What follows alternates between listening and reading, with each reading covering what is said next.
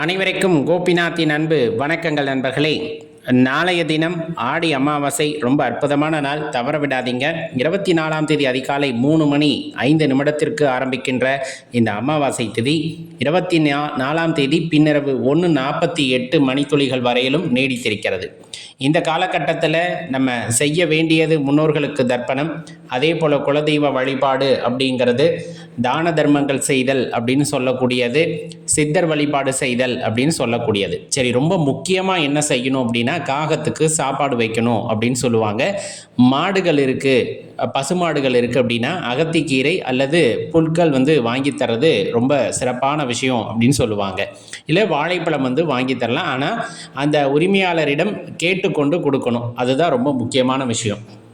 இதெல்லாம் செய்யக்கூடிய விஷயங்கள். செய்யக்கூடாதவை அப்படின்னு எதுவும் இருக்கா அப்படின்னா கண்டிப்பாக நம்மளுக்கு பரிந்துரைக்கப்படுகிறது.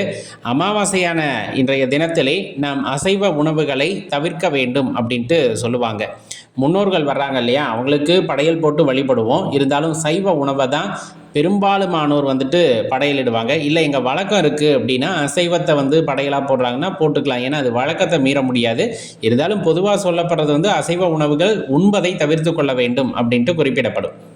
அதே போல் ஆடி அமாவாசை தினத்தன்று வீட்டை சுத்தம் செய்யக்கூடாது அப்படின்னு சொல்லுவாங்க. அதனால் அதாவது இன்றைய தினத்திலே என்ன பண்ணலான்னா, நம்ம வீட்டை எல்லாம் சுத்தப்படுத்தி எல்லாம் தயார் நிலையில் வச்சுக்கலாம். அடுத்த நாள் படையல் போடுறது, பெரியவங்களுக்கான தர்ப்பணம் கொடுக்கறது, அந்த மாதிரி விஷயங்களை மட்டும் செய்கிறது உத்தமம் அப்படிங்கிறத தெளிவாக தெரிஞ்சுக்கணும்.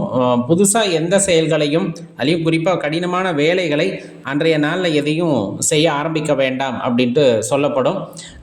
ரொம்ப முக்கியமாக கோவப்படுறத, உணர்ச்சி வசப்படுறத, பதட்டப்படுறதெல்லாம் முடிஞ்ச அளவுக்கு தவிர்த்துக்கணும். அதனால தான் இந்த அமாவாசை தினங்களில் நம்ம மௌன விரதம் இருக்கிறது சிறப்பு அப்படின்ட்டு சொல்லுவாங்க. காய்கறிகளில் பார்த்தோம் அப்படின்னா கீரை, கத்திரிக்காய், முருங்கைக்காய், அதே போல் இஞ்சி, பூண்டு, வெங்காயம், இந்த மாதிரி விஷயங்களையும், கோவைக்காய் போன்ற காய்களையெல்லாம் தவிர்த்து கொள்ளுதல் நலம் அப்படின்னு சொல்லுவாங்க. இதில் குறிப்பாக பார்த்தோம்னா அகத்திக்கீரை, கருவேப்பிலை இதெல்லாம் எடுத்துக்கலான்னு சொல்லுவாங்க. மற்ற விஷயங்களை தவிர்த்துறது நல்லது அப்படின்னு சொல்லப்படும். குறிப்பாக சொல்லணும் அப்படின்னா, அருகாமையில் குலதெய்வ ஆலயம் இருக்குது அப்படிங்கிற பட்சத்தில் நீங்கள் நேரில் போய் வழிபாடு செய்கிறது அப்படிங்கிறது ரொம்ப முக்கியம். தர்ப்பணம் அப்படிங்கிறது நம்ம முன்னோர்களுக்கு கொடுக்கப்பட வேண்டியது. அதே போல் நம்ம குருமார்கள் அல்லது உலகத்தில் உண்டான அனைத்து ஜீவராசிகளையும் மனதில் நினைத்து கொண்டு அந்த தர்ப்பணத்தை கொடுக்கலாம் அப்படின்னு சொல்லுவாங்க. காரணம், நமக்கு தெரிஞ்சு பார்த்தோம் அப்படின்னா தாத்தா, பாட்டி, அம்மா, அப்பா அப்படின்னு சொல்லுவோம். அதுக்கு முன்னாடி இருக்கிறவங்களுக்கெல்லாம் அப்படிங்கும்போது பொதுவாக மனதில் நினைத்து கொண்டு அவர்களுக்கு தர்ப்பணம் செய்வது நல்லது அப்படின்னு சொல்லுவாங்க. அதனால் இதை கடைப்பிடித்து வாருங்கள், கட்டாயமாக உங்களுக்கு பலனளிக்கக்கூடிய வகையில் இருக்கும்.